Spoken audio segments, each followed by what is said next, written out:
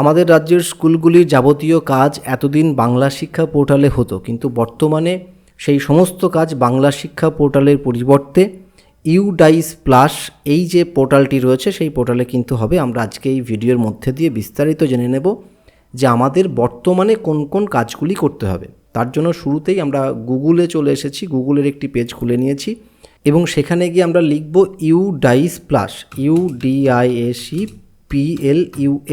এটাকে লিখে আপনি যখনই এন্টার দেবেন সঙ্গে সঙ্গে এখানে এইরকম একটি পেজ খুলে যাবে। এর প্রথম যে অপশানটি আপনি এখানে দেখতে পাচ্ছেন ইউডাইস প্লাস বলে লেখা রয়েছে, এখানে আপনাকে ক্লিক করতে হবে। এখানে ক্লিক করার সঙ্গে সঙ্গে আমাদের সামনে একটি পেজ খুলে যাবে এবং এখানে এসেই আপনি সবার আগে এখানে log in for all module যে মডিউলটি রয়েছে এখানটায় ক্লিক করবেন। Log in for all module সেখানে যদি আমরা ক্লিক করি তাহলে এইরকম একটি পপ আপ খুলে যাবে। সেখানে গিয়ে আপনি এই যে সিলেক্ট স্টেট রয়েছে সেখানে গিয়ে সবার আগে আমাদের স্টেট ওয়েস্ট বেঙ্গল তাকে সিলেক্ট করে নেবেন এবং সঙ্গে সঙ্গে গো অপশানটি ক্লিক করবেন। এবারে এই গো অপশানটি ক্লিক করলে আপনার সামনে এরকম একটি পেজ খুলে যাবে যেখানে কিন্তু 4টে আলাদা আলাদা উইন্ডো করা আছে। আপনি চাইলে যে কোনো একটা উইন্ডো খুলতে পারেন, আবার আপনি যদি চান একসঙ্গে সবগুলোকে খুলতে পারেন। আসুন আমরা একবার দেখে নিই কোথায় কি রয়েছে। প্রথমেই রয়েছে লগ ইন ফর স্কুল, তারপর রয়েছে প্রোফাইল, তারপর রয়েছে টিচার মডিউল এবং সবার শেষে রয়েছে স্টুডেন্ট মডিউল। এখানে আমি যে কোনো একটাতে লগ ইন ক্লিক করলেই সেটা লগ ইন হয়ে যাবে। আমরা এখানে যেটা করব, এই যে 4টি পেজ রয়েছে সেই 4টি পেজকে যদি আমরা একসঙ্গে খুলতে চাই তাহলে আমাদের ইউডাইস কমন লগ ইন এখানটায় ক্লিক করতে হবে। তাহলে আমরা এখন এই ইউডাইস কমন লগ ইন এখানটায় ক্লিক করি। যখনই আমি এখানটায় ক্লিক করব এই রকম একটি নতুন পেজ খুলে যাবে যেখানে আমাকে ইউজার আইডি দিতে হবে, পাসওয়ার্ড দিতে হবে এবং ক্যাপচার কোড দিতে হবে। এবার ইউজার আইডি পাসওয়ার্ড আপনি কোথায় পাবেন? বিদ্যালয়ের প্রত্যেকটি প্রধান শিক্ষক বা যিনি টিআইসি রয়েছেন ভারপ্রাপ্ত তাদের মোবাইলে কিন্তু অলরেডি এসআই অফিস থেকে এই যে ইউজার আইডি এবং পাসওয়ার্ড পাঠিয়ে দেওয়া রয়েছে। পেজটি খুলে যাওয়ার সঙ্গে সঙ্গে আমরা কিন্তু এখানে 4টে মডিউলকে দেখতে পাচ্ছি। আপনাদের প্রথমেই যেটা দেখিয়েছিলাম যে 4টে মডিউলের ইন্ডিভিজুয়াল যে কোনো একটি মডিউলকে আপনি খুলতে পারেন বা আপনি চাইলে সবটাকে একসঙ্গেও খুলতে পারেন। তো আমরা সবটা একসঙ্গে খুলেছি এবং তার আন্ডারে কিন্তু এই 4টে অপশানকে আমরা দেখতে পাচ্ছি। এবারে আমাদের প্রথম যে কাজ সেটা হচ্ছে school directory and user management এখানটায় ক্লিক করা।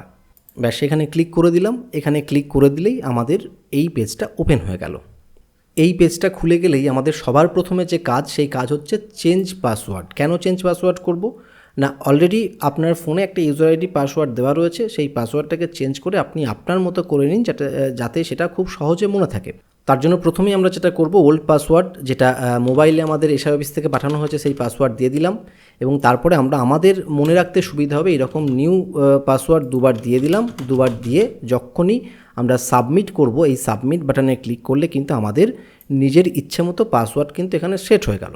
এরপরেই আপনি মাই প্রোফাইল, সেই মাই প্রোফাইলে যদি ক্লিক করেন তাহলে আপনার সামনে এইরকম মাই প্রোফাইল পেজ খুলে যাবে যেখানে আপনি এই সমস্ত তথ্যগুলোকে দেখতে পারবেন এবং যদি আপনার মনে হয় যে ইমেল আইডি বা মোবাইল নাম্বার কিছু চেঞ্জ করব, আপাতত এখানে নিউ একটি ইমেল আইডি দিয়ে আপনি সেটাকে যদি আপডেট করে দেন তাহলে যে ইমেল আইডি এবং মোবাইল নাম্বার আপনার পোর্টালের সঙ্গে যুক্ত আছে তার সঙ্গে অতিরিক্ত আরেকটি ইমেল আইডি বা নতুন একটি ইমেল আইডি কিন্তু এখানে যোগ হয়ে যাবে।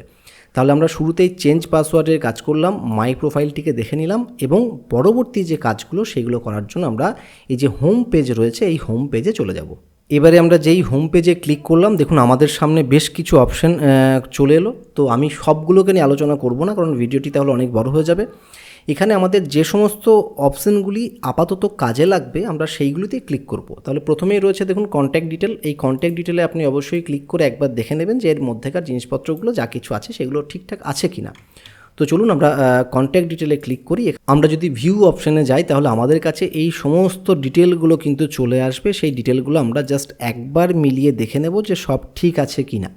এইবার যদি আপনার কোনো কিছু প্রয়োজন থাকে যে ফোন নাম্বারটি চেঞ্জ করতে হবে বা ইমেল আইডিটি চেঞ্জ করতে হবে সেটা কিন্তু আপনি এখান থেকে করে নিতে পারেন। বেশ, এবারে সেটা চেঞ্জ করার জন্য আমাদের কি করতে হবে, আমাদের এখানে যে এডিট অপশান রয়েছে এই এডিট অপশানে গিয়ে কিন্তু ক্লিক করতে হবে।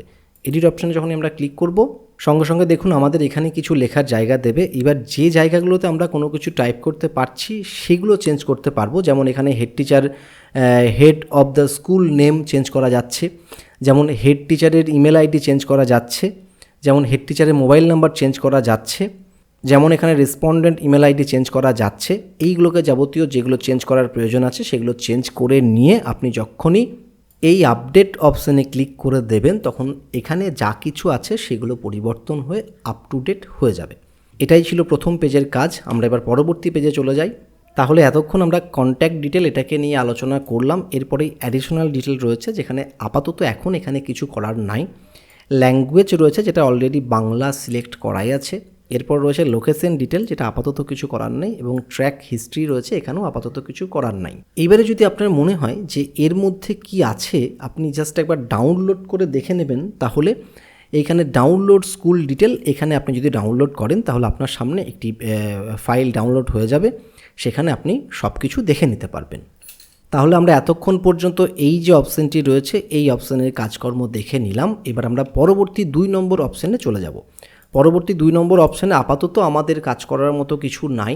এখানে ইউডাইস সংক্রান্ত বিভিন্ন তথ্যগুলো আছে, ডেটা ক্যাপচারের, ইউজার ম্যানুয়ালের, এগুলো আপাতত আমাদের কিছু প্রয়োজন নাই। এই যে ডিসিএফ এন্ট্রি বিষয়বস্তু রয়েছে, আপাতত এগুলোতে কোনো কাজ কিছু নেই, তাই আমরা এগুলোকে নিয়ে আলোচনা করছি না, ভিডিওটা সংক্ষিপ্ত করতে হবে। আমরা এবার 3 নম্বর যে অপশান রয়েছে সেই 3 নম্বর অপশানে চলে যাই। অর্থাৎ এতক্ষণ পর্যন্ত আমরা এটাকে আলোচনা করলাম, আমি জানালাম যে এটাতে বিশেষ কিছু করণীয় নেই। এবারে আমরা টিচার মডিউল এখানে 3 নম্বরে চলে যাব। এবারে আমরা 3 নম্বর পেজে চলে এসেছি। 3 নম্বর পেজে আপনি দেখতেই পাচ্ছেন কী কী অপশানগুলো রয়েছে।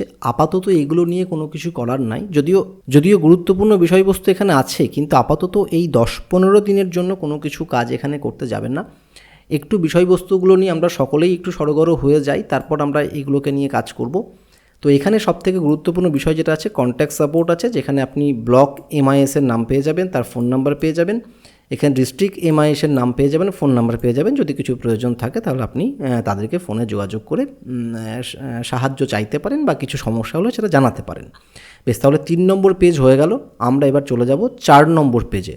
তাহলে এতক্ষণ পর্যন্ত আমরা এটাকে নিয়ে কাজ করেছি, এটাকে নিয়ে কাজ করেছি, এটাকে নিয়ে কাজ করেছি। এবারে আমরা চলে যাব যে স্টুডেন্ট মডিউল 4 নম্বর পেজে। সবথেকে গুরুত্বপূর্ণ কাজ কিন্তু এখানেই রয়েছে।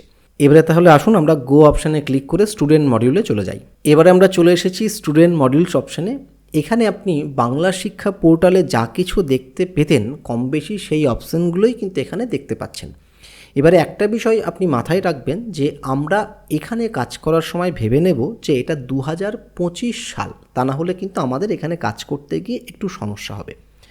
ডেটা এন্ট্রি করার সময় মাথায় রাখবেন 2025 সাল, ব্যাস এটুকু হলেই হবে, আর কিছু করার প্রয়োজন নেই। এবারে স্কুল ড্যাশবোর্ড, স্কুল ডিটেল, এখানে আপনি চলে যান। স্কুল ডিটেলে গিয়ে আপনি সবার আগে সেকশন ম্যানেজমেন্টে চলে যান এবং দেখে নিন যে আপনার নির্দিষ্ট সেকশনগুলি এখানে আছে কি না। যেমন ধরুন এখানে আমি যদি ইউকেজি, এখানে দেখাচ্ছে যে সেকশন 2B জেনারেটেড বি, অর্থাৎ এ হয়ে আছে, আমি যদি অ্যাড সেকশন করি তাহলে বি নামে নতুন একটি সেকশন এখানে যুক্ত হয়ে যাবে।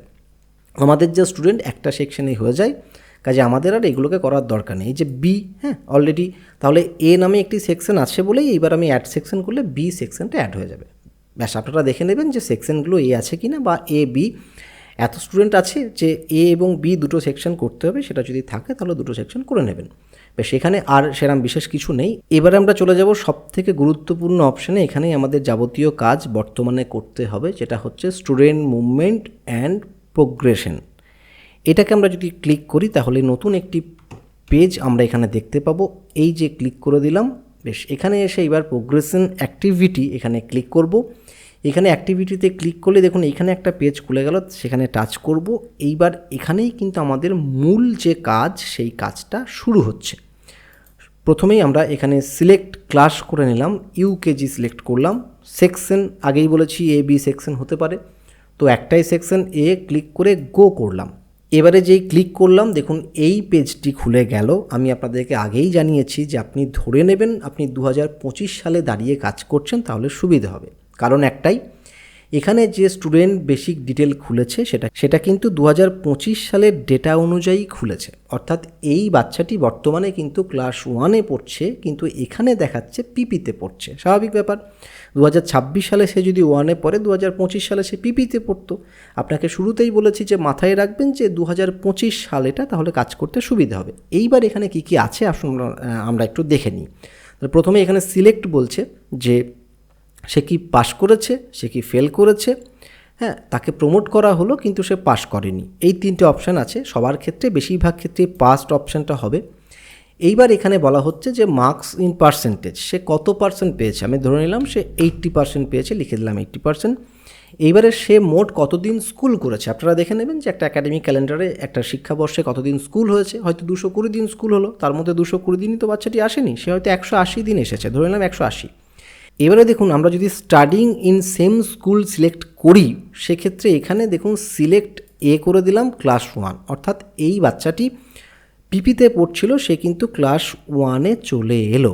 এইবার জাস্ট আমাদের কাজ হচ্ছে এটাকে, এই যে আপডেট অপশানটি রয়েছে, এই আপডেট অপশানটিতে ক্লিক করে দেওয়া। আপডেট অপশানটিতে ক্লিক করে দিলেই এই বাচ্চাটি যে 2025 সালে পিপিতে পড়তো, 2026 সালে ক্লাস 1-এ পড়ছে, কিন্তু এখানে এখনও প্রমোশন হয়নি, সেই প্রমোশনটা হয়ে যাবে। জাস্ট আমি একটা আপনাদের সঙ্গে আলোচনা করলাম। এইবারে দেখুন, এই বাচ্চাটির যাবতীয় ডিটেল দিলে এখানে আপডেট করতে হবে, এই বাচ্চাটির যাবতীয় ডিটেল দেওয়ার পর এখানে আপডেট করতে হবে, এরকম আপডেট করতে করতে করতে করতে যেতে হবে।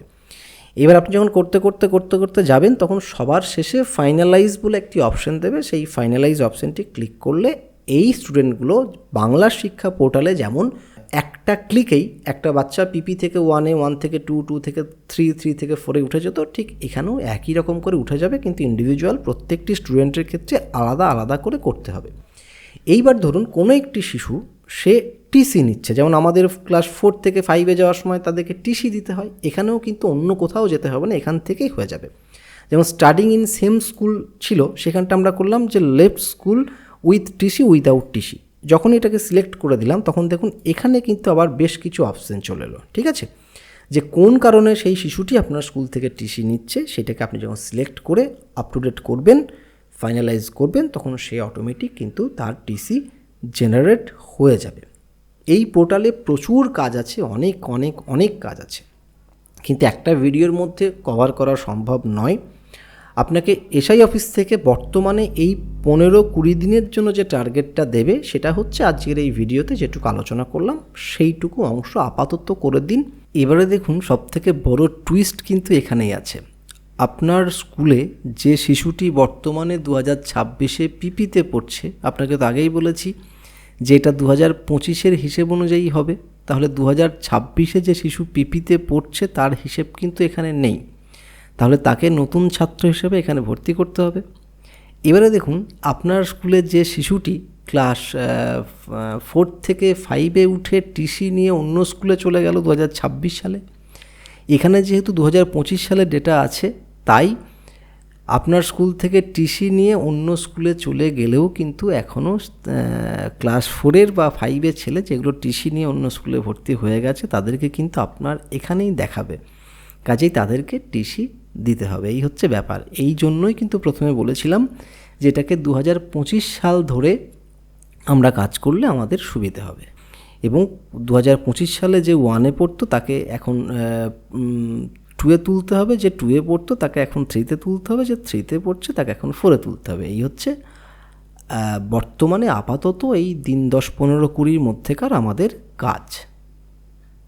বেশ, তো পরবর্তী ভিডিওতে আবার দেখা হচ্ছে, ততক্ষণের জন্য আমাকে বিদায় দিন।